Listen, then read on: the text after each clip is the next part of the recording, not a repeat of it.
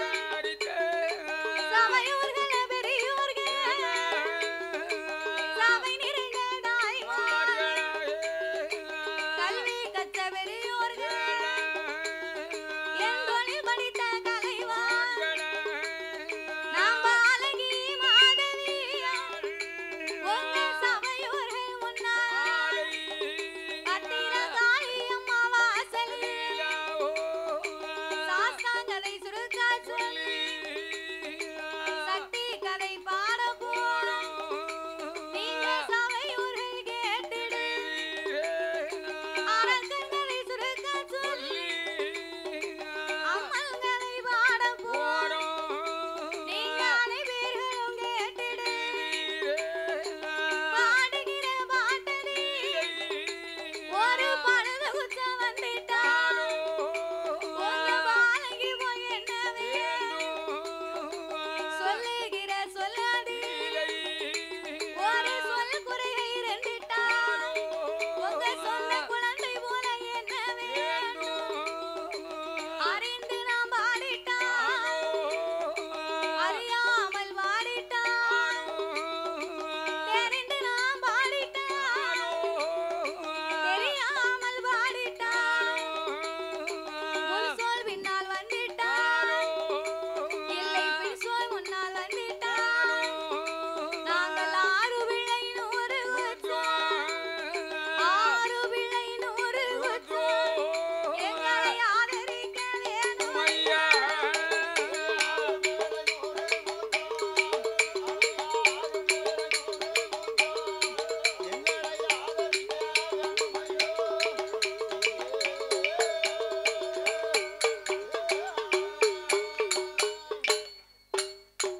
சபையோர்களே, பெரியோர்களே, பெரியோர்களே, சபை நிறைந்த என் தாய்மார்களே, எனது அருமை தாய்மார்களே, பெரியோர்கள், சபையோர்கள், என்னை பெற்றெடுத்த தாய்மார்களே, பெற்றெடுத்த தாய்மார்களே, கல்வி கற்ற பெரியவர்களே, பெரியவர்களே, தொழில் படித்த கலைவாணர்களே, கலைவாணர்களே, வருங்கால மாணவ செல்வங்களே, வாலிபர் இளம் சிங்கங்களே, இளம் சிங்கங்களே, வீதியில் ஆங்காங்கு நின்று கொண்டிருப்பவர்களே, இருப்பவர்களே, அதாவது என்ன இந்த கன்னியாகுமரி மாவட்டத்தில் அமைந்திருக்கக்கூடிய இருக்கக்கூடிய இந்த பிளாவெட்டிமா நன்னகரத்திலே, இந்த நகரத்துல பிளாவெட்டி விலை என்று சொல்லக்கூடிய இந்நன்னகரத்தில் இந்த நகரத்துல மக்களை காத்து ரட்சித்து என்றென்றைக்கும் கிருபையோடு கொலுவிருந்து வரக்கூடிய வரக்கூடிய என் நம்பிகை அங்கையர்கண்ணி அகிலாண்ட கோடி பிரம்மாண்ட நாயகி பிரம்மாண்ட நாயகி அருள்மிகு என் தாயாகப்பட்ட பத்திரகாளி அம்மன் திருவாலயம். இந்த ஆலயம் அடேப்ப இந்த பெரிய ஆலயம். அப்பேற்பட்ட இந்த அம்மனுடைய ஆலயத்திலே இந்த பிளாவெட்டி என்ன வந்த போன பார்த்த உடனே வந்து எனக்கு வந்துச்சு. எதனால அப்படி? நீ பிளாப்பழம்னா உனக்கு ரொம்ப பிடிக்கும்ல, அதனாலயா? அதனால இந்த ஞாபகம் வந்துச்சு. பரவாயில்ல, சரி போகும்போது வாங்கிட்டு போயிருவோம். ஆமாப்பா, பழுத்து இருந்தா வாங்கிட்டு போயிட வேண்டியதான். அப்பேற்பட்ட இந்த பத்திரகாளியம்மனுடைய திருவாலயத்திலே இந்த ஆலயத்துல கொடை விழா பெரும் விழாவாகவே நடந்து வருகின்றது. அடேப்ப சிறப்பா நடந்து வருகின்றது. அப்பேற்பட்ட இந்த அம்மனுடைய திருவாலயத்தில் ஆலயத்தில் இன்றைக்கு 2 நேர நிகழ்ச்சிக்காக மட்டும் நாமல் வெள்ளிசையை வரவழைக்க வேண்டும் என்று நாமல் 6 பேர்களையுமே அன்போடு இங்கு வரவழைத்து உள்ளார்கள். அதாவது வில்லுப்பாட்டுன்னு சொன்னா வில்லுப்பாட்டுல நிறைய விதம் இருக்கு. என்ன விதம்லாம் இருக்கு? அப்படி நம்ம கன்னியாகுமரி நாகர்கோயில் மாவட்டம் வந்து அது ஒரு வித்தியாசமா இருக்கும். அது எப்படி இருக்கும்? அதெல்லாம் தபேல வச்சிருப்பாங்க, ஹார்மோனிய வச்சிருப்பாங்க, உட்கார்ந்து வில்லுப்பாட்டு படிப்பாங்க, தரையில உட்கார்ந்து. ஐயா இந்த கட்ட ஸ்டாண்ட் கொஞ்சம் குறைங்க, கொஞ்சம் கம்மி பண்ணு, குறைச்ச கம்மி பண்ணி பேச சுத்தமா குறைச்சுங்க. இது 4 பாயிண்ட் ஐயா, இது 4 பாயிண்ட், இது 4 பாயிண்ட், 3 பாயிண்ட். ரொம்ப கூட்டம் இருக்கு.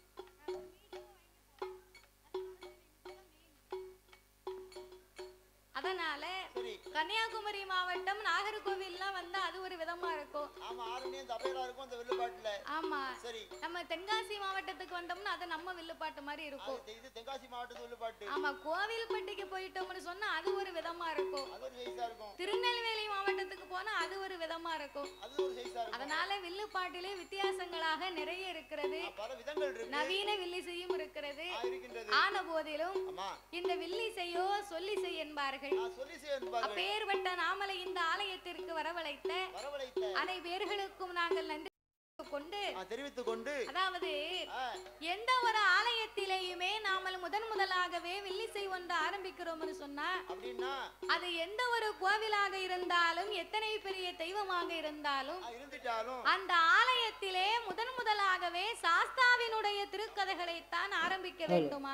ஏன் முதல்ல சாஸ்தாவினுடைய திருக்கதை ஆரம்பிக்கணும்? ஏனென்றால் அகில உலகத்திலே கலியுக தெய்வமாகவே வந்து பிறந்தவர் ஐயனார் ஒருவர் தான். அப்படின்னா என்ன தாயி? அப்படின்னா நம்ம எல்லாம் தாய்க்கும் தந்தைக்கு வந்து பிறந்த சாதாரணப்பட்ட மானிட மனுக்கள்.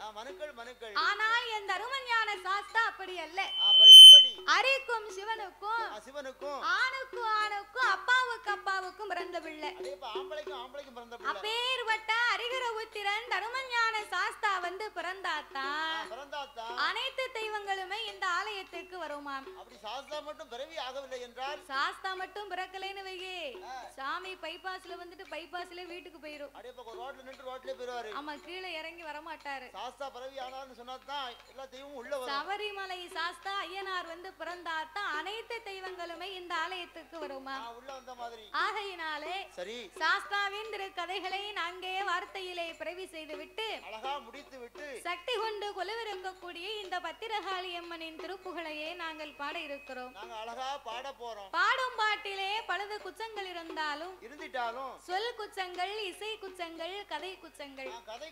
எங்கள் கதையிலேயே பொருள் குச்சங்கள், ஒரு சிறிய பொருள் குற்றங்கள். சாரீர குச்சம் குறை இருந்தாலும் சரீர குச்சம் குறைகள் இருந்தாலும் எங்கள் ஆட்கள் அடி தாளங்களில் ஒரு குறைகள் இருந்தாலும் முன் சொல் பின்னால் இருக்கலாம், பின் சொல் முன்னால் இருக்கலாம். அறிந்து பாடினாலும் அறியாமல் பாடினாலும் தெரிந்து பாடினாலும் எங்களுக்கு தெரியாமல் பாடினாலும் எங்களுக்கு முன்பாகவே இந்த ஆலயத்திற்கும் இந்த ஊருக்கும் எத்தனையோ பெரிய பெரிய புலவர்கள், பேரறிஞர்கள், கவிஞர்கள் எல்லாம் வந்து பாடி இருக்கலாம்.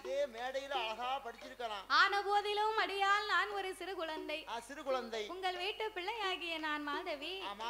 என்னால் தெரிந்தளவு என் சிற்றறிவுக்கு எட்டியவாறே உங்கள் முன்னால் நான் பாடுகின்றேன்.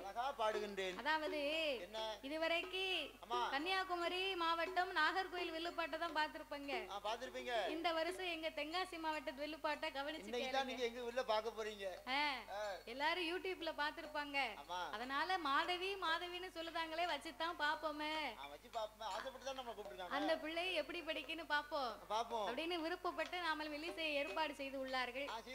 அதனால எதையுமே உட்கார்ந்து ரசித்து கவனமாக கேட்டாதான் அதன் உள்ள அருமை தெரியும், இனிமை தெரியும். எந்த பண்டத்தையும் ருசித்து சாப்பிட்டாதான் அதனுடைய சுவை தெரியும்.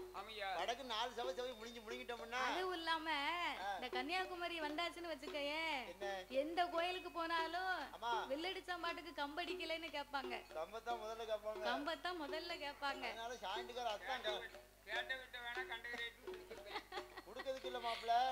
கம்பு விரல் நீங்க அடிக்கணும், கம்பு வில்லுல அடிச்சு படிக்கணும்னு கேட்பாங்க. பரவாயில்லை, பாட்டு படிக்கும் போது அடிக்கும். ஆகையினாலே என் சிற்றறிவுக்கு எட்டியவாறே உங்கள் முன்னால் நான் பாடுகின்றேன். நான் எல்லாம் தெரிந்தவளும் அல்ல, அனைத்தையும் கற்றவளும் கிடையாது. என் குருநாதர் கற்று தந்தபடியாகவே உங்கள் முன்னால் நான் பாடுகின்றேன். அதாவது கற்றது கையளவு, கல்லாதது உலகளவு என்பார்கள். ஒருவரை போலவே இன்னும் ஒருவர் பாட முடியாது. அந்த கல்விக்கு அதிபதி கலைவாணியே இன்னும் படிச்சுக்கிட்டு இருக்கான்னு புராணம் சொல்லுது. ஒவ்வொரு புலவர்களுமே ஒவ்வொரு விதமாக பாடுவார்கள். உங்கள் வீட்டு பிள்ளை தவறு செய்தால் அதனை எப்படி வீட்டிற்கு அழைத்து சென்று அன்போடு ஆதரிப்பீர்களோ அதுபோல் எங்கள் 6 பேர்களையுமே ஆதரிக்குமாறு கேட்டுக்கொள்கிறோம். பாதி மதி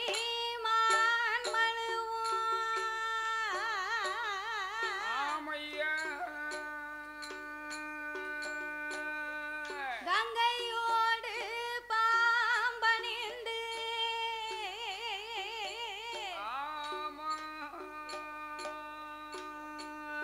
பார்வதியை மனம் புரிந்த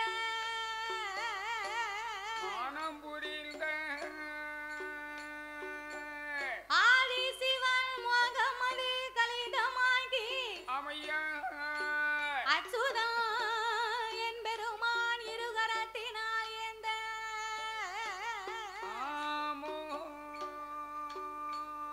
சோதி மணி விளக்கு ஒளிர்வு போல் 5 மைந்தர்கள் தோளினில் போனோல் இளங்க தோன்றி மேதினில் அரிக்கும் சிவனுக்கும் அரிகர உத்திரனாகவே வந்து உதித்த தருமஞான சாஸ்தாக்கள் யார் யாரெல்லாம் வந்து பிறந்தார் தெரியுமா? சாஸ்தா பிறந்தது பங்குனி மாதம் புதன்கிழமை உத்திர நட்சத்திரத்தன்று பிறந்தார். அவர் பிறந்த கிரகம் என்ன தெரியுமா? பங்குனி மாதம் புதனது உத்திரம். ஆமா, பங்குனி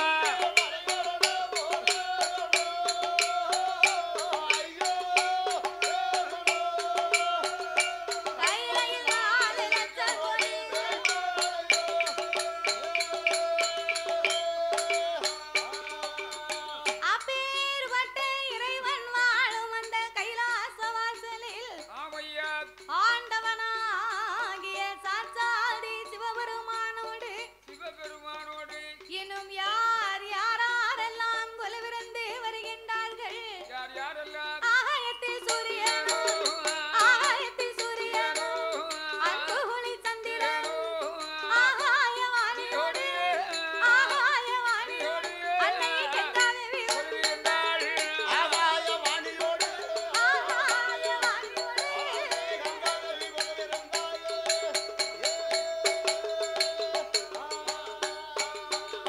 அங்கே கொலுவிருக்கும் நாளை கொலுவிருக்கும் நாளை கைலாச வாசலில் காரை கண்ட பகவான் தெய்வலோக ரம்பையர்கள் திருநடனமாடுவார் ரம்பை வருவார் நடனங்கள் ஆடுவார் ஊர்வசியா வருவார் உல்லாசமா பாடுவார் மேனகையா வருவார் ஒரு ரங்கமும் போடுவார் சரஸ்வதி வருவார் சரஸ்வதி வருவார் அம்மா சங்கீதங்கள் சரஸ்வதி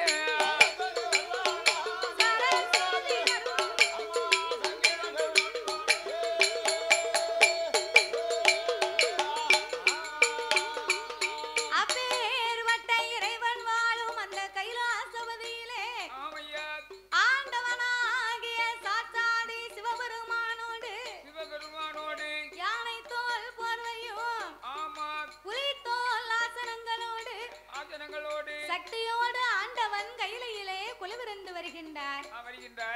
அப்படி குலவிருக்கும் இறைவனாகிய சிவபெருமான் 714 உலகத்தை இறைவன் படைத்து 224 புவனங்களையும் ஆண்டவன் படைத்தார். 7 சப்தா சாரங்களாகப்பட்ட கடல்களை படைத்து கல்லுக்குள் இருக்கும் தேரையவும் தாயார் கருப்பையுக்குள் வாழும் சிசுவையும் முட்டைக்குள் உருவாகும் குஞ்சியவோ ஆண்டவன் படைத்து ஓர் அறிவு முதல் 6 அறிவு படைத்த நாமலை போன்ற மானிட மக்களை படைத்தார். நாமலை ஏன் படைத்தார், எதற்கு படைத்தார்? மண் உலகிலே மனிதர்களை எல்லாம் ஏன் படைத்தார் தெரியுமா?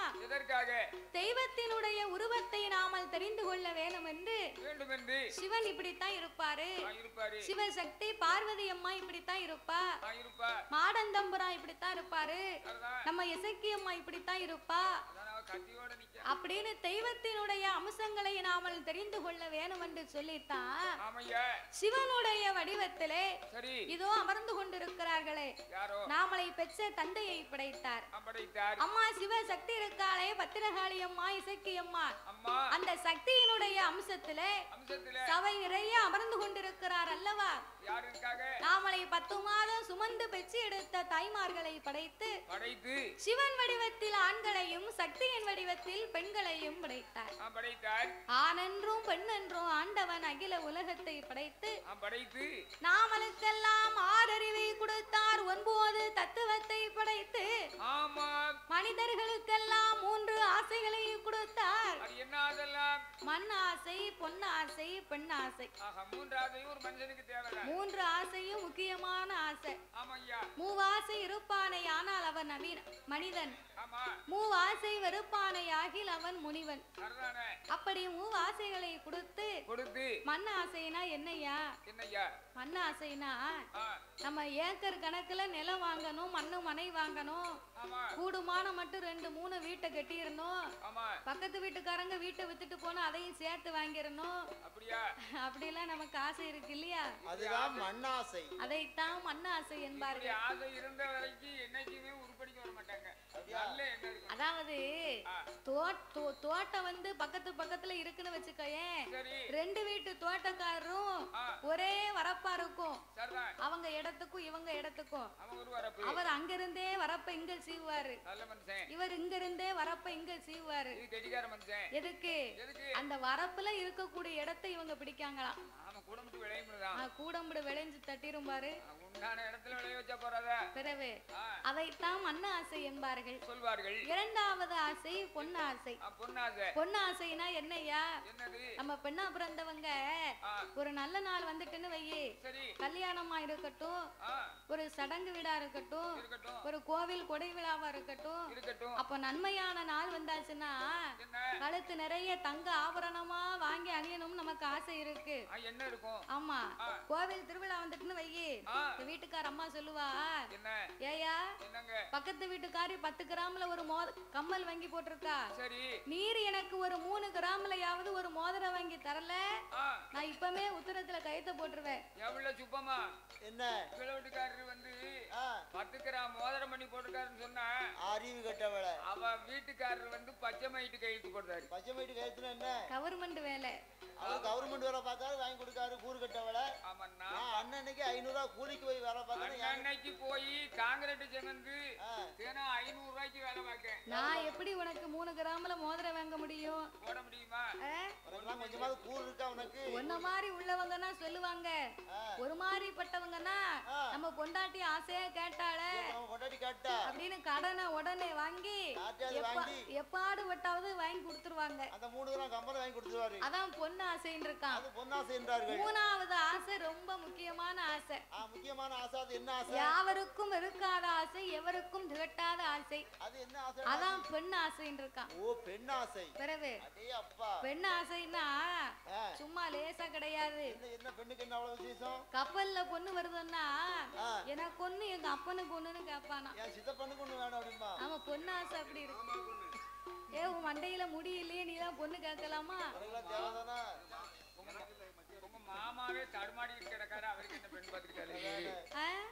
அப்போ பெண்ணாசைன்னா ஆனா பிறந்தவர் ஆண்ட அனுபவித்து அவர் செத்ததுக்கு பின்னால மையான கரையில கொண்டு அவர் கட்டையில வச்சா அந்த கட்டை தீ பிடிச்சு எரியுமா?